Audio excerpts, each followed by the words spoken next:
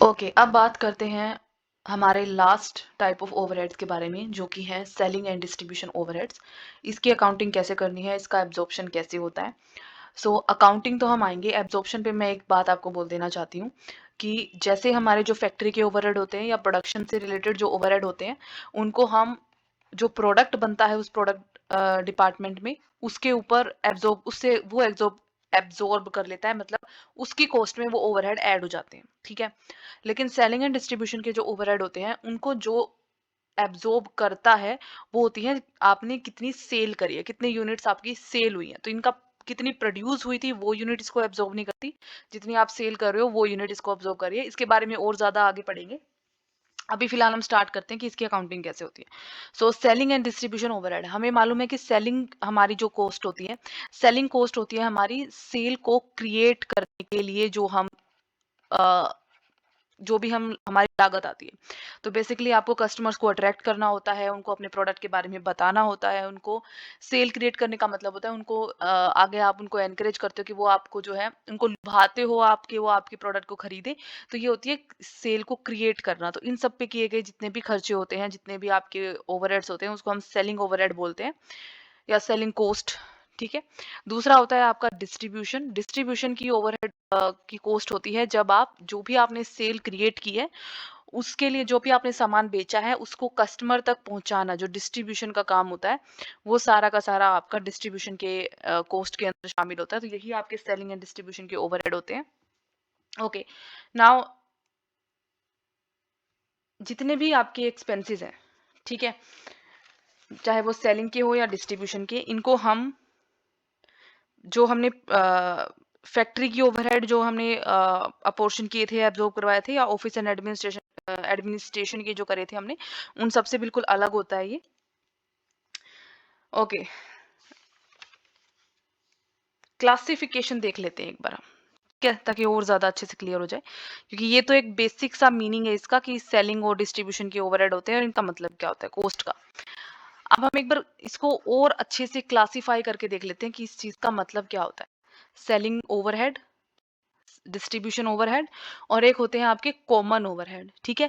देखो, सेलिंग और distribution overhead एक दूसरे से अलग है, हालांकि ये दोनों एक ही उसके अंदर आते हैं, क्योंकि ये सारा सेल करने के बाद वाले खर्चे उसमें आ जाता है, ठीक है, जो आप सेल क्रिएट करते हो उसके बाद। लेकिन ये दोनों आपस में बिल्कुल अलग होते हैं। तो ये दो टाइप के खर्चे आपने एक ही साथ ग्रुप कर रखे हैं, ठीक है। इनके अलावा कुछ और ओवरहेड्स होते हैं जिसको हम कॉमन ओवरहेड भी बोलते हैं। कॉमन ओवरहेड वो होते हैं जो दोनों में कॉमन होते हैं। कुछ आपके ऐसे ओवरहेड होते हैं जिसको आप सीधा सीधा बोल सकते हो कि हाँ ये सेल से रिलेटेड है, तो वो सेलिंग हो गए। बाकी आपके डिस्ट्रीब्यूशन से रिलेटेड है तो वो डिस्ट्रीब्यूशन हो गए। लेकिन कुछ ऐसे ओवरहेड होते हैं आपके जिनको ना ही तो आप ये कह सकते हो कि पूरी तरीके से सेल सेल से संबंधित है, ना ही ये कह सकते हो कि पूरी तरीके से डिस्ट्रीब्यूशन से।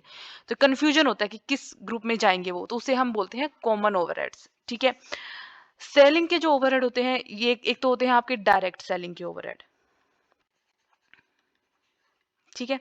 डायरेक्ट एक्सपेंसेस आप बोल सकते हो, जैसे सेल्समैन की रेमुनरेशन, सेल्स एजेंट का रेमुनरेशन, उनकी सैलरी, उनका कमीशन, उनका बोनस, उनके ट्रैवलिंग एक्सपेंसेस। तो आपको पता है कि जो सैलरी आप सेल्समैन को देते हो, वो सारी की सारी सेल करने के लिए देते हो, तो वो डायरेक्टली सेलिंग एक्सपेंसेस है, ठीक है। इसके अलावा जैसे शोरूम का खर्चा, ब्रांच आपने कोई खोल रखी है उसका खर्चा। तो आप क्यों ब्रांच खोलते हो, आप शोरूम क्यों खोलते हो? सेल बढ़ाने के लिए खोलते हो, ठीक है, प्रोडक्शन के लिए तो नहीं होती शोरूम। शोरूम में आप सामान रखते हो ताकि आप उनको बेच सको, ठीक है। सेल की कोटेशन, आपने कोई टेंडर लिया है सेल से संबंधित, कोई एस्टिमेट किया है, वो सारा खर्चा आपका डायरेक्ट सेलिंग उसमें जाता है। इसके अलावा जो आफ्टर सेल सर्विस होती है, क्योंकि ये भी सेल से संबंधित ही है। आफ्टर सेल सर्विस आप जो देते हो, वो आप इसलिए देते हो कि आपकी सेल बढ़े, क्योंकि आप जितनी अच्छी आफ्टर सेल सर्विस दोगे, वो आप और ज्यादा लोगों को जो है प्रभावित करेगी कि वो आपके प्रोडक्ट्स को खरीदें, ठीक है। तो ये भी आपकी डायरेक्ट सेलिंग एक्सपेंसेस होते हैं। इसके अलावा आपके होते हैं एडवर्टीजमेंट के खर्चे, इसको हम डायरेक्ट में नहीं लेते। एडवर्टाइजिंग या सेल्स प्रमोशन, ठीक है? तो इसके नाम से ही पता चलता है कि जो भी एडवर्टाइज़मेंट आप देते हो, चाहे टीवी पे देते हो, चाहे आप पैम्फलेट बनवाते हो, चाहे आप फ्री गिफ्ट के तौर पे कुछ देते हो, कोई एग्ज़िबिशन आप लगाते हो जहाँ पे आपके सामान को डिस्प्ले किया जाता है, लोग आके देखते हैं उसको प्रमोशन के लिए, ठीक है? या मार्केट एनालिसिस करते हो आप, तो इस तरीके का कोई भी आप प्रमोशन से रिलेटेड काम करते हो, एडवर्टाइज़मेंट से रिलेटेड काम करते हो, वो सारा का सारा इस टाइप ऑफ सेलिंग ओवरहेड के अंदर आता है। ये दोनों ही सेलिंग ओवरहेड हैं, चाहे वो डायरेक्ट हो या फिर एडवर्टाइजमेंट एंड सेल्स प्रमोशन, ठीक है? नाउ इसके बाद आ जाते हैं हम दूसरे पार्ट पे, जो कि है आपका डिस्ट्रीब्यूशन ओवरहेड। अब डिस्ट्रीब्यूशन में क्या-क्या आता है? देखो, डिस्ट्रीब्यूशन में आता है ट्रांसपोर्ट, यानी आपने सामान बेचा है तो उसको एक जगह से दूसरी जगह पे लेके जाना पड़ेगा। दूसरी चीज़ आती है डिस्ट्रीब्यूशन में स्टोरेज, कि स्टोरेज के अंदर आप वो सामान रखते हो जो आपको आगे डिस्ट्रीब्यूट करना है, ठीक है? 2 चीज़ें आती हैं इसमें, ट्रांसपोर्ट और स्टोरेज या वेयरहाउसिंग। ये दोनों ही खर्चे आपके डिस्ट्रीब्यूशन से रिलेटेड ओवरहेड्स होते हैं और इसको हम इसमें डालते हैं। ट्रांसपोर्ट के खर्चे में आ सकता है, जैसे अब मान लीजिए आपका ऑक्ट्रॉय का खर्चा है, टोल्स पे आपने कुछ पे करा है, आपने जो गुड्स आपके ट्रांजिट है, गुड्स इन ट्रांजिट मतलब जो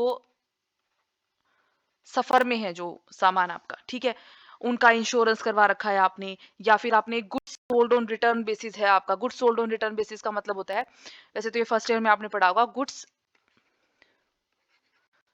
सोल्ड ऑन रिटर्न बेसिस। इसका मतलब ये होता है कि जब आप गुड्स सेल करते हो किसी को, कस्टमर को, इस उसके साथ कि वो कुछ टाइम के लिए उन गुड्स को रखे, इस्तेमाल करे, उसको अच्छे लगते हैं, ठीक है? तो वो उनको परचेज़ मान लेंगे, हम उसको सेल मान लेंगे, अदरवाइज़ वो उनको वापस लौटा दें। इसको कहते हैं goods sold on return basis. जब तक वो आपको ये डिसाइड नहीं करके देता कि हाँ, मुझे अच्छे लगे हैं गुड्स और मैं उनको अपने पास मैं रख रहा हूँ, इसको आप सेल मान लीजिए, तो हम उसको सेल मान लेंगे, अदरवाइज़ हम उसको सेल भी नहीं मानते, ठीक है? तो ये भी आपका डिस्ट्रीब्यूशन ओवरहेड में आता है। नाउ वेयरहाउसिंग में आप आते हैं, जैसे वेयरहाउस का खर्चा, पैकिंग का खर्चा, स्टोरेज फिनिश्ड गुड्स की, ये सारी चीज़ें आपकी वेयरहाउसिंग में आती हैं। कुछ कॉमन ओवरहेड्स होते हैं, तीसरी जो हमारी कैटेगरी है, जो दोनों में ही फिट हो सकते हैं, ठीक है? तो हम इसको कॉमन ओवरहेड बोल देते हैं। कॉमन ओवरहेड में जैसे आते हैं आपका क्रेडिट एंड कलेक्शन, सेल से रिलेटेड, ठीक है? जैसे बैड डेट, लीगल एक्सपेंसेस, कानूनी खर्चे जो हो गए आपके, ठीक है? हालाँकि जनरली हम क्या करते हैं, इनको सेलिंग से संबंधित मान लेते हैं, लेकिन ये वैसे कॉमन होते हैं, लेकिन हम इसको जनरली सेलिंग, अगर आपको कुछ और नहीं बोल रखा तो हम इसको सेलिंग में इंक्लूड कर लेते हैं। दूसरे फिर आते हैं आपके फाइनेंशियल खर्चे। फाइनेंशियल भी कौन से, जो सेल से रिलेटेड है, सेल्स और डिस्ट्रीब्यूशन से रिलेटेड है।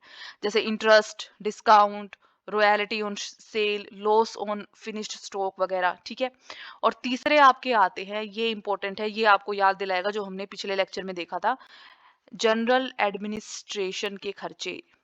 जब हमने ऑफिस एंड एडमिनिस्ट्रेशन की वाला ओवरहेड वाला मैंने बताया था आपको, उसमें मैंने कहा था कि इसको हम ऑफिस एंड एडमिनिस्ट्रेशन ओवरहेड्स को हम प्रोडक्शन में और सेलिंग एंड डिस्ट्रीब्यूशन डिपार्ट, इन इन दो में हम बांटते हैं, ठीक है? तो जो हिस्सा हमने इसमें डाला, ये वो है, सेलिंग एंड डिस्ट्रीब्यूशन में डाला जो, ठीक है?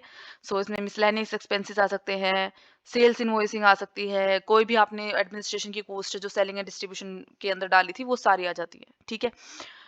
ओके, इसके अलावा अब हम आगे बढ़ते हैं।